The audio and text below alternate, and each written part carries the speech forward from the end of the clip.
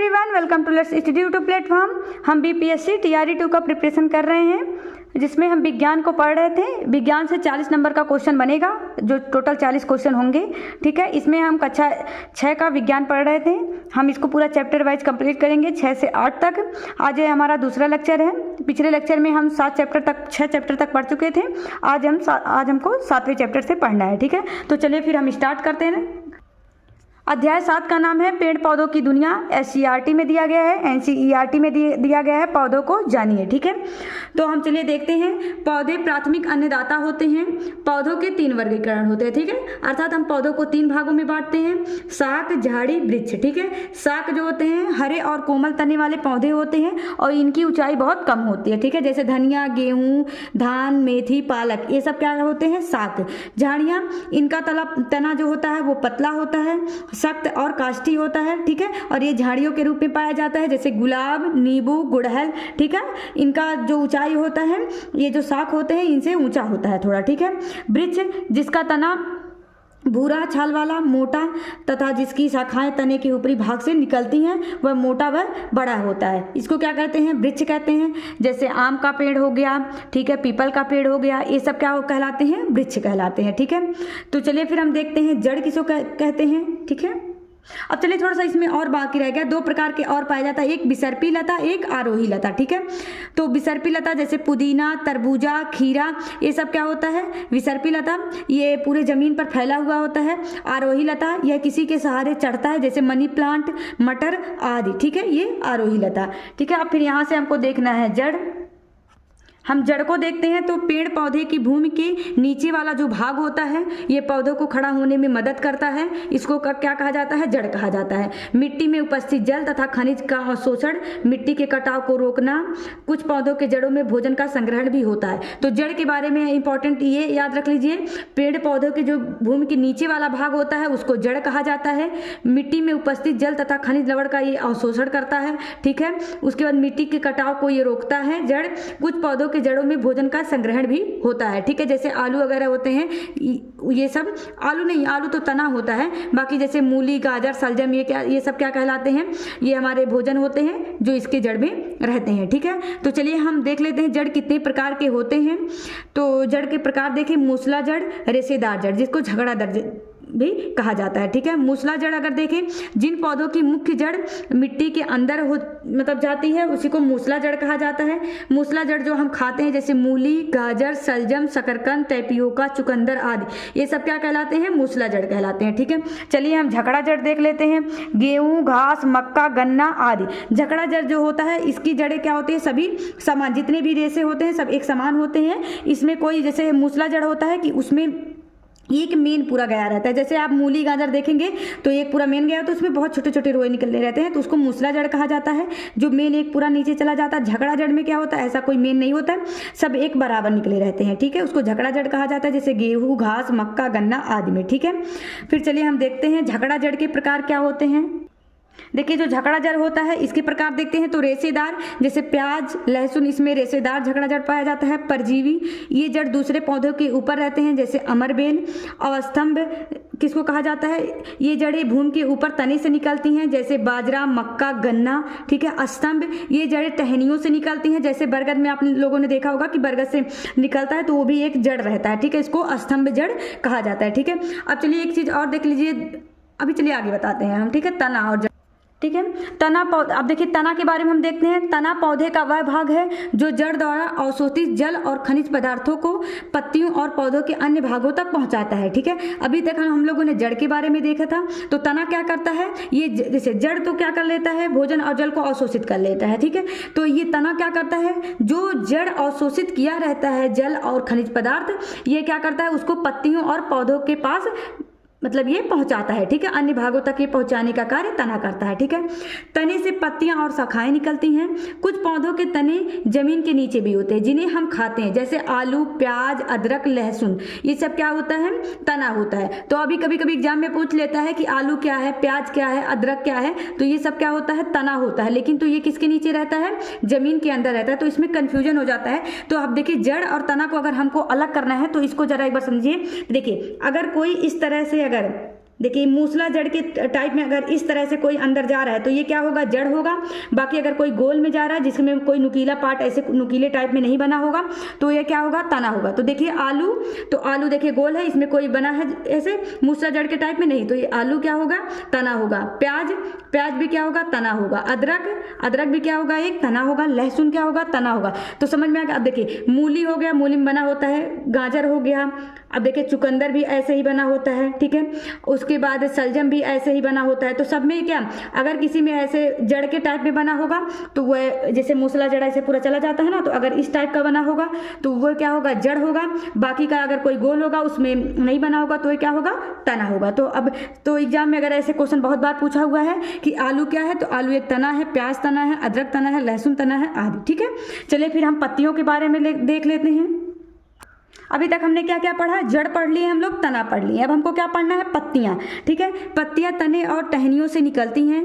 यह श्वसन, प्रकाश संश्लेषण, वाष्पोत्सर्जन तथा गैसों के विनिमय का कार्य करता है। जो पत्तियां होती हैं किसका कार्य करती हैं, श्वसन का कार्य करती हैं, प्रकाश संश्लेषण, वाष्पोत्सर्जन तथा गैसों के विनिमय का कार्य करते हैं, ठीक है। क्लोरोफिल के कारण पत्तियों का रंग हरा होता है। तो एग्जाम में ऐसे पूछ लेगा किसके कारण पत्तियों का रंग हरा होता है, तो क्लोरोफिल के कारण, ठीक है। पत्तियां जो होती हैं इसमें स्टार्च के जांच के लिए आयोडीन अभिकर्मक का प्रयोग किया जाता है। तो याद रखिए रहेगा, एग्जाम में पूछ सकता है कि पत्तियों में अगर स्टार्च या मंड का हमको जांच करना है तो किसका हम करेंगे, तो आयोडीन अभिकर्मक का प्रयोग करेंगे, ठीक है। पत्तियों के द्वारा गैसों का आदान प्रदान होता है जिसे रंध्र कहा जाता है, ठीक है। तो जैसे पत्तियों के द्वारा क्या होता है, गैसों का आदान प्रदान होता है, तो ये किसके द्वारा होता है, जो पत्तियों में रंध्र बने होते हैं उसी के द्वारा यह गैसों का आदान प्रदान होता है, ठीक है। प्रकाश संश्लेषण लाल रंग में सबसे अधिक तथा बैगनी में सबसे कम होता है। तो ये भी एग्जाम में पूछा हुआ क्वेश्चन है कि प्रकाश संश्लेषण किस रंग में सर्वाधिक होता है, तो लाल रंग में सर्वाधिक होता है तथा बैगनी में सबसे कम होता है, ठीक है। पत्तियों में रेखित संरचना को सिरा कहा जाता है, ठीक है। पत्तियों के सिरा के क्रम को सिरा विन्यास कहा जाता है, ठीक है। जैसे देखिए जो पत्तियों में रेखित संरचनाएं पाई जाती हैं उनको सिरा कहा जाता है, और इसी सिरा के जो पूरा क्रम होता है उसी को सिरा विन्यास कहा जाता है, ठीक है। तो चलिए हम पत्तियों को चित्र के माध्यम से समझ लेते हैं। ये जो देखिए जो सिरा विन्यास होता है ये दो प्रकार का होता है, ठीक है। एक जालिका सिरा विन्यास, एक समांतर सिरा विन्यास, ठीक है। अब देखिए ये अगर मान लीजिए ये पत्ता है, ठीक है। तो पत्ते में देखिए ये जो एक गया है ये क्या होता है, मध्य सिरा होता है, ठीक है। और ये जो होते हैं इसका सिरा विन्यास होता है, ठीक है। अब देखिए इसको क्या कहा जाता है, जालिका सिरा विन्यास। तो देखिए इसमें गया है, फिर देखिए इससे भी निकला हुआ है, ये भी गया है, फिर इससे भी निकला हुआ है, तो इसको जालिका सिरा विन्यास कहा जाता है। ये किसमें पाया जाता है, आम और जामुन में। एक चीज और समझ लीजिए, जिसमें मूसला जड़ पाया जाता है उसी में क्या होता है, जालिका सिरा विन्यास पाया जाता है, ठीक है। तो यहाँ से हमको दो क्वेश्चन तैयार हो गया कि जिसका जड़ मतलब क्या होता है, मूसला जड़ होता है, उसी में क्या पाया जाता है, जालिका सिरा विन्यास पाया जाता है, ठीक है। समांतर सिरा विन्यास में देखें तो समांतर सिरा विन्यास में केवल ऐसे ही समांतर देखिए निकला हुआ है, या फिर देखिए अगर केले का पत्ता में देखें तो ये देखिए इसे समांतर गया रहता है, या फिर अगर ऐसे पत्तियों में ऐसे समांतर ऐसे ही गया रहे तो क्या कहलाता है, समांतर सिरा विन्यास कहलाता है। जैसे केला, धान, गेहूं इत्यादि में क्या पाया जाता है, समांतर सिरा विन्यास। और एक चीज और समझ लीजिए, जिसमें झगड़ा जड़ें पाई जाएंगी उसी में समांतर सिरा विन्यास पाया जाएगा। तो यहाँ से हमारा दो क्वेश्चन तैयार हो गया कि एग्जाम में ऐसे पूछ लेगा कि जालिका सिरा विन्यास किस वाले जड़ में पाया जाता है, तो मूसला जड़। तो देखिए अब एक चीज और देख ले, हम पत्ते को देखकर बता सकते हैं कि वह मूसला जड़ है या फिर झगड़ा जड़ है, ठीक है। अगर हम किसी चीज का पत्ता लें और उसका सिरा विन्यास देखें, अगर जालिका सिरा विन्यास है तो मूसला जड़ होगा, और यदि समांतर सिरा विन्यास है तो झगड़ा जड़ होगा, ठीक है। यहां से हमारा ये तैयार हो गया। चलिए फिर हम थोड़ा पत्ता के बारे में और देख लेते हैं, ठीक है। एक मिनट, ठीक है। अब देखिए पत्तों के बारे में देखिए, तो देखिए ये पत्ता है, ठीक है। ये जो इसका पूरा हरा वाला पार्ट होता है इसको क्या कहा जाता है, पटल। तो पत्ती का हरा व चपटा भाग क्या कहलाता है, पटल कहलाता है।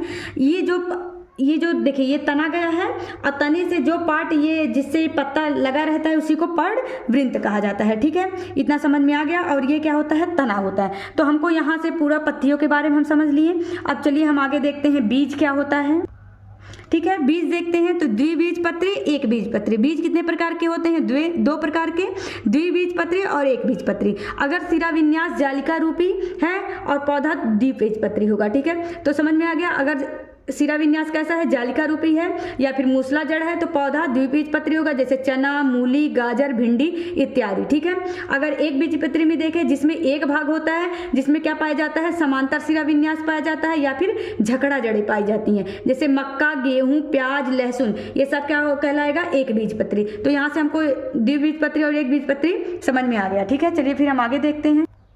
हमारा वो चैप्टर खत्म हो गया। अब हम देखते हैं अध्याय 8, फूलों से जान पहचान। ठीक है, फूल पौधों के प्रजनन अंग होते हैं, फूल नए पौधे बनाने में मदद करते हैं। ठीक है, जो फूल पौधों के प्रजनन अंग होते हैं वही क्या करते हैं, फूल पौधों से क्या होते हैं, नए पौधे बनाने में मदद करते हैं। ठीक है, और ये देखिए फूलों का अध्ययन क्या कहलाता है, एंथोलॉजी कहलाता है। फूल के 4 भाग होते हैं। ठीक है, बाह्य दलपुंज, दलपुंज, पुमंग और जयांग। ठीक है, अब देखिए यहाँ से हम चित्र को अगर समझें तो यहाँ से हम देखते हैं कि बाह्य दलपुंज क्या होता है, उसके बाद दलपुंज क्या होता है, पुमंग क्या होता है और जयांग क्या होता है। ठीक है, तो देखिए पहले यहाँ नीचे से हम समझे तो ये क्या होता है, पुष्प आसन, जिसपे ये पुष्प बैठा रहता है उसको क्या कहा जाता है, पुष्पासन। बाह्य दलपुंज क्या होता है, ये जो किनारे हरा वाला भाग होता है इसको क्या कहा जाता है, बाह्य दलपुंज कहा जाता है। ठीक है, अब देखते हैं हम यहाँ से जयांग। ठीक है, ये क्या होता है, जयांग होता है। और देखिए ये जो लाल कलर वाला भाग होता है इसी को क्या कहा जाता है, दल, मतलब ये जो जिसका मतलब जिससे पता चलता है कि वो किस कलर का होगा फूल, वो अलग अलग रंग का होता है, उसी को दलपुंज कहा जाता है। ठीक है, और ये जो निकला, ये देखिए ये जो पुरुष वाला भाग होता है इसको क्या कहा जाता है, पुमंग कहा जाता है। चलिए अभी हम जब इसको समझेंगे तो समझ में आएगा। तो सबसे पहले आप ये देख लीजिए फूल के कितने भाग होते हैं, तो फूल के 4 भाग होते हैं, बाह्य दलपुंज, दलपुंज, पुमंग और जयांग। ठीक है, यहाँ से देखिए हम समझ लेते हैं, अभी हमने बताया था क्या होता है, बाह्य दलपुंज, दलपुंज, पुमंग, जयांग क्या होता है। तो देखिए ये जो नीचे वाला पार्ट जिसपे ये बैठा हुआ है इसको क्या कहा जाता है, पुष्पासन कहा जाता है। ये जो हरा वाला पार्ट जो देखिए जो दिख रहा है इसको बाह्य दल कहा जाता है।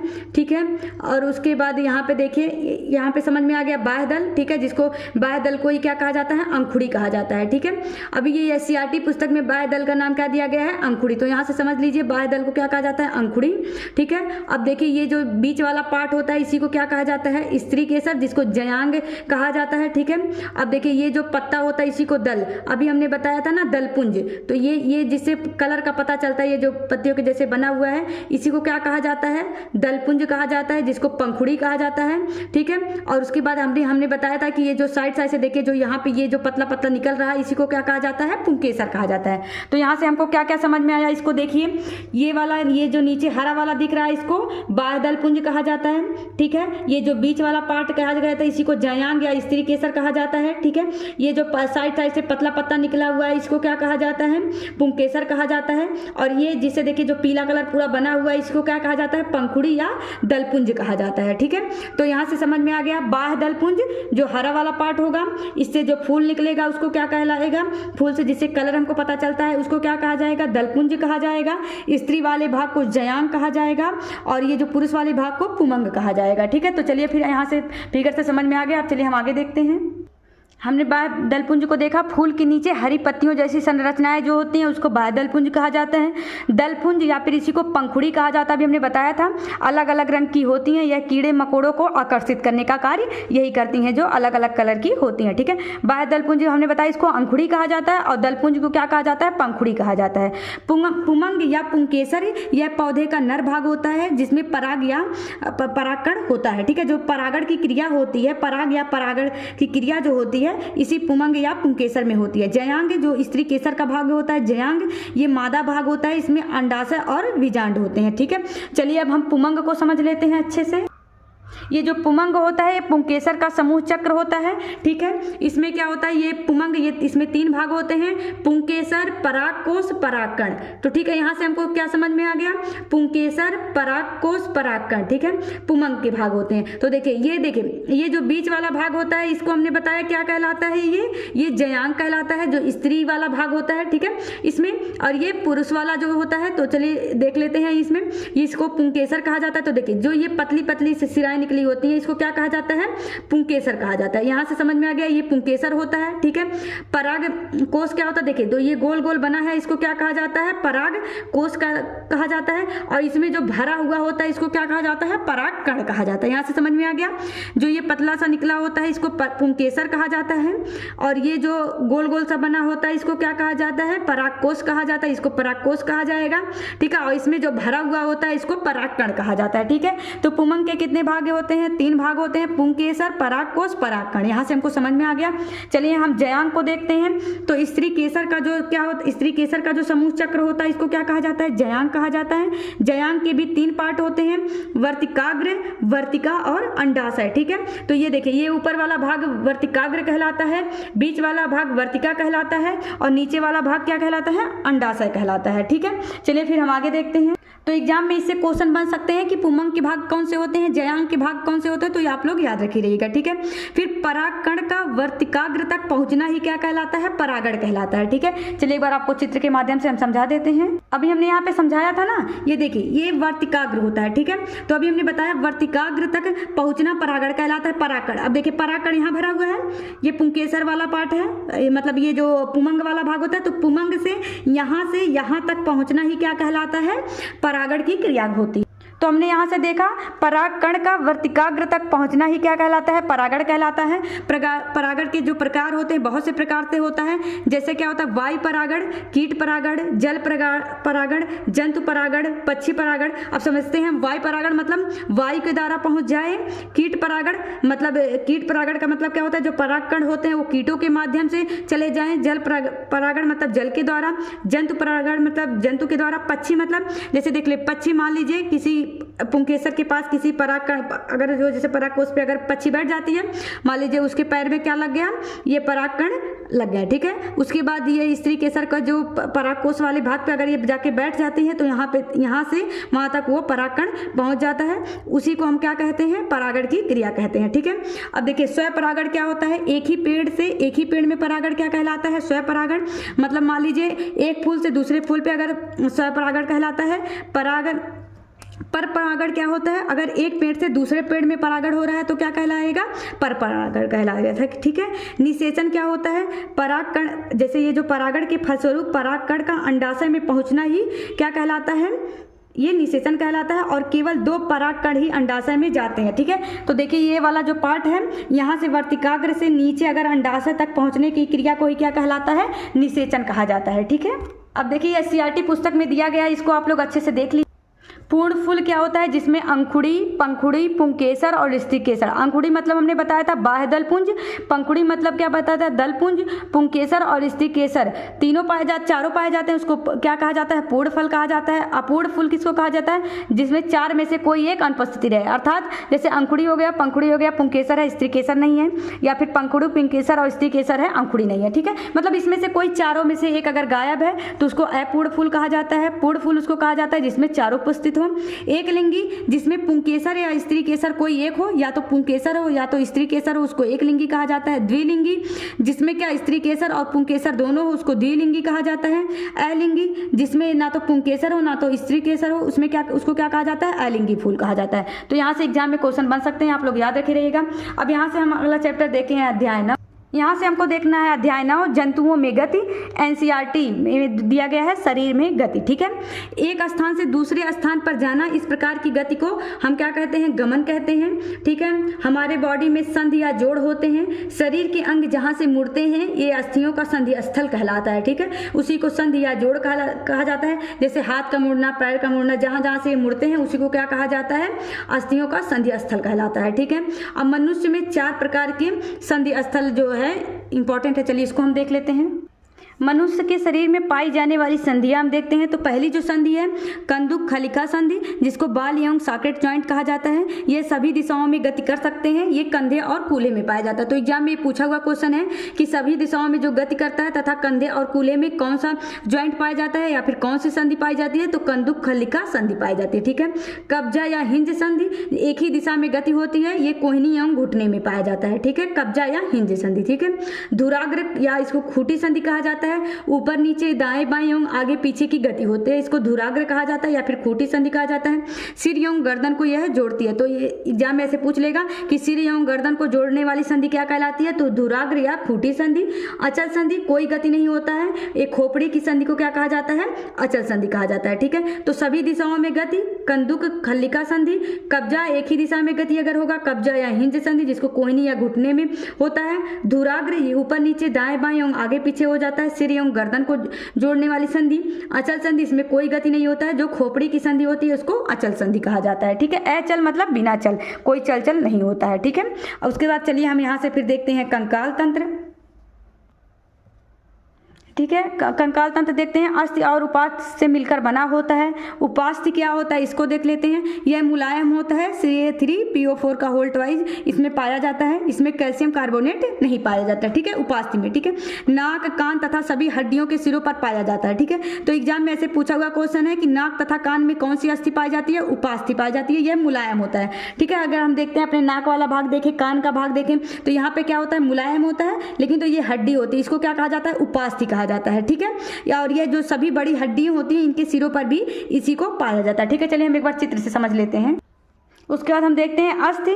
जन्म के समय औसत हड्डियां 300 होती हैं। ठीक है, बाल्यावस्था में 208 होता है तथा वयस्क मानव में कुल हड्डियां कितनी पाई जाती हैं, 206 हड्डियां पाई जाती हैं। ठीक है, उसके बाद हम देखते हैं हाथ की हड्डियां टोटल 30 × 2 अर्थात एक हाथ में 30 हड्डियां, दूसरे हाथ में 30 हड्डियां, टोटल मिला के कितनी हड्डियां पाई जाती हैं, 60। ठीक है, एक चीज बढ़िया यहाँ पे देख लेते हैं, जहाँ पे अस्थि और अस्थि होता है जोड़, वहाँ पे लिगामेंट होता है।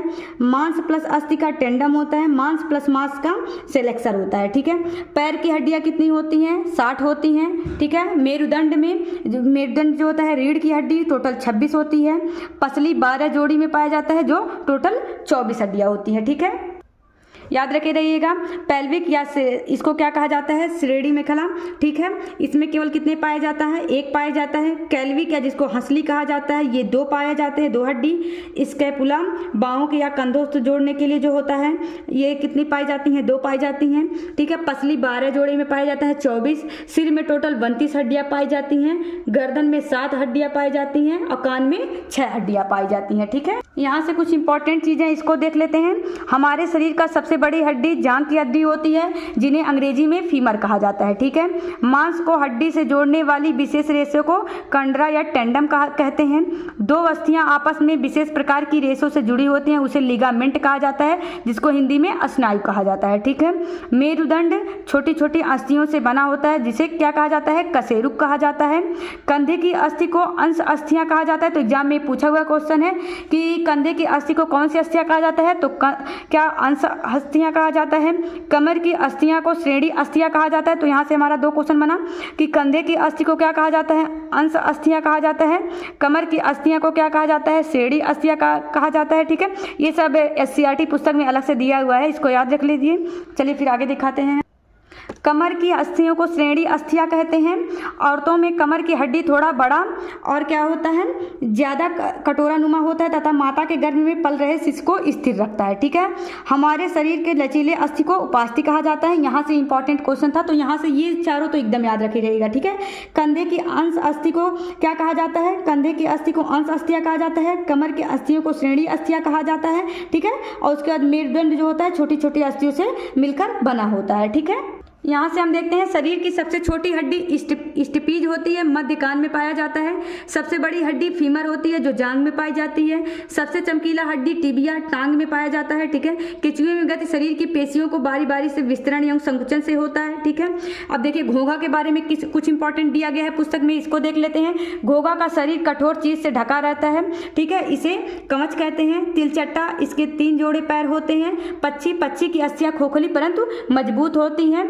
खोखले हिस्सों को वायु प्रकाष्ठ कहते हैं। ठीक है, वायु प्रकाष्ठ कहते हैं। यहाँ से हमारा तैयार हो गया। मछली शरीर की आकृति धारा रेखी होती है। ठीक है, मछली के बारे में इंपॉर्टेंट है। गल्प की मदद से यह सांस लेती है। ठीक है, अब फिर यहाँ से हमारा अध्याय 10 स्टार्ट हो जाता है, सजीव और निर्जीव। ठीक है, चलिए हम इसको पढ़ लेते हैं। सजीव जो बोल सकते हैं, चल सकते हैं, महसूस कर सकते हैं, सांस लेते हैं, शरीर में वृद्धि होती है, सजीव कहलाते हैं। ठीक है, उसके बाद निर्जीव क्या होते हैं, जो बोल नहीं सकते, चल नहीं सकते, कुछ महसूस नहीं कर सकते हैं, उसको क्या कहा जाता है, निर्जीव, जैसे कुर्सी मेज इत्यादि। ठीक है, जैसे जो सभी सजीव होते हैं जिसमें जीव पाया जाता है वो क्या करते हैं, श्वसन करते हैं।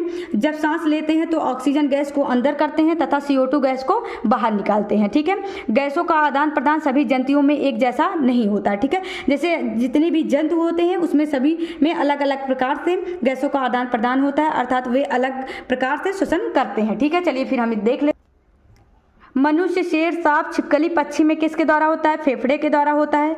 केचुआ में त्वचा के द्वारा होता है। ऑक्टोपस तथा मछली में वो जो अभी हमने बताया गल्फ या गिल के कारण होता है। ठीक है, गल्फ से होता है। ठीक है, व्हेल मछली, डॉल्फिन में इसके किसके द्वारा होता है, फेफड़े या नसा द्वारा होता है। ठीक है, पौधों में किसके द्वारा होता है, पत्तियों द्वारा होता है। ठीक है, इसमें क्या होता है, O2 अंदर लिया जाता है तथा CO2 बाहर किया जाता है। ठीक है, और तथा इसकी प्रक्रिया कब होती है, दिन रात में ही होती रहती है। तो एक चीज याद रखिएगा, जो पेड़ पौधों में भी क्या होता है, ये लोग भी ऑक्सीजन गैस ही अंदर करते हैं और CO2 gas, carbon dioxide gas बाहर निकालते हैं, जैसे मनुष्य करते हैं। ठीक है, लेकिन तो एग्जाम में अगर ऐसे पूछ ले कि जो पौधे होते हैं वो कौन सा गैस ग्रहण करते हैं, तो ऑक्सीजन गैस ग्रहण करते हैं तथा CO2 गैस बाहर निकालते हैं। ठीक है, लेकिन तो एक चीज याद रखिए, प्रकाश संश्लेषण में क्या होता है, ये CO2 गैस को अंदर करते हैं तथा ऑक्सीजन गैस को बाहर करते हैं। ठीक है, तो प्रकाश संश्लेषण की प्रक्रिया कब होती है, केवल दिन में होता है, क्योंकि सूर्य की उपस्थिति में होता है। ठीक है, तो देखिए याद रखिए, प्रकाश संश्लेषण केवल दिन में होता है। ये लोग क्या करते हैं, प्रकाश संश्लेषण में पेड़ पौधे CO2 गैस को अंदर करते हैं तथा ऑक्सीजन गैस को बाहर करते हैं, केवल दिन में होता है। लेकिन तो जो पेड़ पौधों में जो ये सांस लेने का प्रक्रिया होता है, इसमें ये भी क्या करते हैं, मनुष्य के जैसे ऑक्सीजन गैस ही अंदर लेते हैं तथा CO2 गैस बाहर करते हैं। तो एग्जाम में ऐसे अगर पूछ ले तो आप लोग कंफ्यूज मत हो जाइएगा। ठीक है, ये भी मनुष्य के जैसे पेड़ पौधे भी श्वसन लेते हैं, जो ये भी क्या इसको ऑक्सीजन गैस को ही अंदर लेते हैं। ठीक है, उद्दीपन के बारे में दिया गया। उद्दीपन क्या होता है, हमारे आसपास होने वाले परिवर्तन जो किसी सजीव को प्रतिक्रिया करने के लिए प्रेरित करते हैं, उसको उद्दीपन कहा जाता है। जैसे छुई मुई का पौधा, अगर हम उसको टच करेंगे तो वो क्या करेगा, वो भी अपने आप को क्या सिकोड़ लेता है। तो इसमें क्या है, उसमें उद्दीपन के प्रति क्या कर रहा है, वो प्रतिक्रिया कर रहा है। ठीक है, जैसे क्या होता है, सूर्यमुखी होता है, उसका सूरजमुखी का जो पौधा होता है, जब सूर्य निकलता है तो उसकी तरफ ही वो झुक जाता है। तो क्या करता है, ये भी क्या कर रहा है, एक प्रतिक्रिया कर रहा है। ठीक है, जैसे कोई मनुष्य है, अगर वह गर्म चीज को छू देता है तुरंत अपने हाथ हटा लेता है, तो इससे क्या होता है, वो भी क्या कर रहा है, तुरंत उद्दीपन के प्रति क्या कर रहा है, प्रक्रिया कर रहा है। ठीक है, उत्सर्जन देखते हैं। सजीव में कुछ अपशिष्ट पदार्थ उत्पन्न होते हैं, जिस प्रक्रिया द्वारा सजीव अपने शरीर से अपशिष्ट पदार्थों को बाहर निकालते हैं उसको उत्सर्जन कहा जाता है। ठीक है, जंतुओं में उत्सर्जन अंग विक्र होता है। ठीक है, पेड़ों में भी उत्सर्जन होता है। ये क्या करते हैं, अपने पत्तियों को जो नीचे गिराते हैं, इसी को क्या कहा जाता है, पेड़ों में उत्सर्जन होता है। ठीक है, प्रजनन के बारे में दिया गया है। सजीव अपने समान संतान उत्पन्न करते हैं, तो इसको क्या कहा जाता है, प्रजनन कहा जाता है। ठीक है, प्रजनन जैसे क्या होता है, कुछ जंतु क्या करते हैं, बच्चे देते हैं, कुछ क्या करते हैं, ये अंडा देते हैं। ठीक है, तो चलिए उसको समझ लेते हैं। वे जंतु जिनके शरीर पर बाल होते हैं तथा जिनके कान दिखाई देते हैं, वे बच्चे को जन्म देते हैं, जिसको जरायुज कहा जाता है, जैसे मनुष्य, कुत्ता, गाय आदि। ठीक है, जिनके शरीर पर बाल नहीं होते हैं तथा कान दिखाई नहीं देते हैं, वे अंडा देते हैं, जिसको अंडायुज कहा जाता है, जैसे पक्षी, मेढक, बत्तख, मछली इत्यादि। ठीक है, चमगादड़, व्हेल मछली, सील मछली, ये क्या करते हैं, बच्चे को जन्म देती हैं। ठीक है, बीज भी सजीव हैं। ठीक है, याद रखिए रहेगा, एग्जाम में ऐसे पूछ सकता है कि बीज में जीव होता है कि नहीं, तो बीज भी क्या होता है, एक सजीव होता है। ठीक है, क्योंकि इसमें भी एक पेड़ उत्पन्न करने का एक होता है। ठीक है, चलिए फिर हम आगे देखते हैं। हमारा अगला चैप्टर है अध्याय 11, जिसको कहा जाता है सजीवों में अनुकूलन। ठीक है, सजीवों में अनुकूलन अर्थात वहाँ पे उस स्थिति में वो अपने आप को ढाल लेते हैं। जैसे क्या होता है, ऊँट को रेगिस्तान का जहाज कहा जाता है। ठीक है, क्योंकि ऊँट जो है वो रेगिस्तान के लिए एकदम अच्छे से वहाँ पे ये सर्वाइव कर ले जाता है। ठीक है, स्थलीवास किसको कहा जाता है, वन, घास के मैदान, रेगिस्तान, पर्वत को स्थलीवास कहा जाता है। जलीय वास स्थान, नदी, तालाब, ठीक है, समुद्र आदि को क्या कहा जाता है, जलीय वास स्थान कहा जाता है। मरुस्थल, अब देखिए मरुस्थल के बारे में इंपॉर्टेंट दिया गया था। ये क्या होता है, यहाँ पे दिन में तेज गर्मी हो जाती है और रात में ये उतना ही ठंडा हो जाता है, बहुत ज़्यादा। तो इसमें यहाँ का तापांतर में बहुत ज़्यादा अंतर पाया जाता है मरुस्थल में। ठीक है, रेगिस्तानी पौधे अगर देखें, नागफनी, बबूल, घृतकुमारी, ये क्या है, रेगिस्तानी पौधे हैं। रेगिस्तानी पौधों में वाष्पोत्सर्जन बहुत कम होता है। ठीक है, यहाँ से समझ में आ गया। चलिए फिर हम और देखते हैं।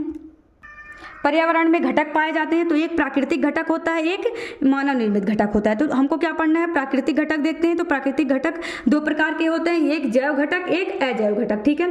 पेड़ पौधे जीव जंतु क्या होते हैं, जैव घटक होते हैं। अजैव घटक जैसे चट्टान, पर्वत, मिट्टी, जल, वायु, ये सब क्या होते हैं, अजैव घटक होते हैं, ठीक है। लेकिन तो ये दोनों किसके अंतर्गत आते हैं, प्राकृतिक घटक के अंदर। प्राकृतिक घटक दो प्रकार का, जैव और अजैव। जैव में पेड़ पौधे जीव जंतु, अजैव में चट्टान, पर्वत, मिट्टी, जल, वायु आदि, ठीक है। तो यहाँ से हमारा सजीवों में अनुकूलन चैप्टर खत्म होता है।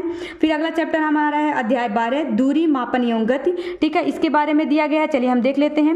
एक गज बराबर दिया है 3 फुट, 1 फुट बराबर 12 इंच होता है। तो एक गज बराबर कितना होता है, 3 फीट होता है। 1 फीट बराबर कितना होता है, 12 इंच होता है। 1 इंच बराबर कितना होता है, 2.54 सेंटीमीटर होता है। 8 फरलांग बराबर कितना होता है, 1 मील होता है। 220 गज बराबर 1 फरलांग होता है। 1 मीटर में कितने सेंटीमीटर, 100 सेंटीमीटर होते हैं। और 1 सेंटीमीटर में कितना होता है, 10 मिलीमीटर होता है, ठीक है। अब यहाँ से देख लीजिए, 1 किलोमीटर में कितना होता है, 1000 मीटर होता है, ये भी देख लीजिएगा, ठीक है। यहाँ से इंपॉर्टेंट चीज़ें हम इसको आप लोग को याद करा देंगे। तो पहले एक बार आप लोग इतनी चीज़ें याद कर लीजिए। 1 गज में 3 फीट, 1 फीट में 12 इंच, 1 इंच में 2.54 सेंटीमीटर, 8 फरलांग में 1 मील, 220 गज में 1 फरलांग, ठीक है। यहाँ से देखिए, मीटर को लंबाई का एसआई मात्रक कहा जाता है, ठीक है। गति किसी वस्तु की स्थिति में परिवर्तन जैसे दिखाई देती है, ठीक है। पेंडुलम, अब देखिए, पेंडुलम की गति को आवर्त गति कहा जाता है। तो एग्जाम में ऐसे पूछ लेगा कि किस गति को आवर्त गति कहा जाता है, तो पेंडुलम की गति को आवर्त गति कहा जाता है। वृत्तीय आकाश की गति को वर्तुल गति या घूर्णन गति कहा जाता है। घूर्णन गति में वस्तु स्वयं अपने अक्ष पर या किसी अक्ष के प्रत्यय घूमती है, ठीक है।